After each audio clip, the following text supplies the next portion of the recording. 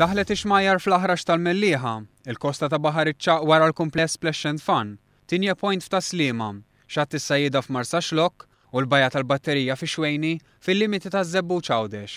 Dawn huma l-ewwel 5 bajjiet f'Malta u Għawdex aċċessibbli għall-klieb u s-sidien tagħhom.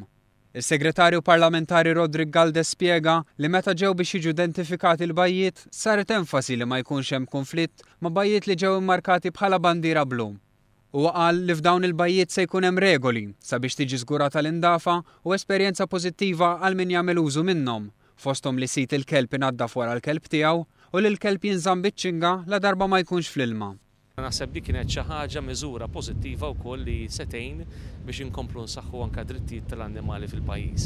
Aħna determinati li anke fil-snin li ġejjin issa nkomplu naħdmu biex nidentifikaw aktar siti li jistgħu jkunu aċċessibbli wkoll għall-klieb flimkien man-nies jew inkella s-sidien tagħhom. Rodrik Galdes fakkar kif il-Gvern beda jaħdem mill-ewwel biex iwettaq din il-proposta elettorali. Is-Segretarju Parlamentari temm jgħid li bil-ftuħ ta' dawn il-bajjiet tonqos it-tensjoni li kienet inħolqot meta kien ġie projbit li wieħed jinżel jew mal-kelb tiegħu.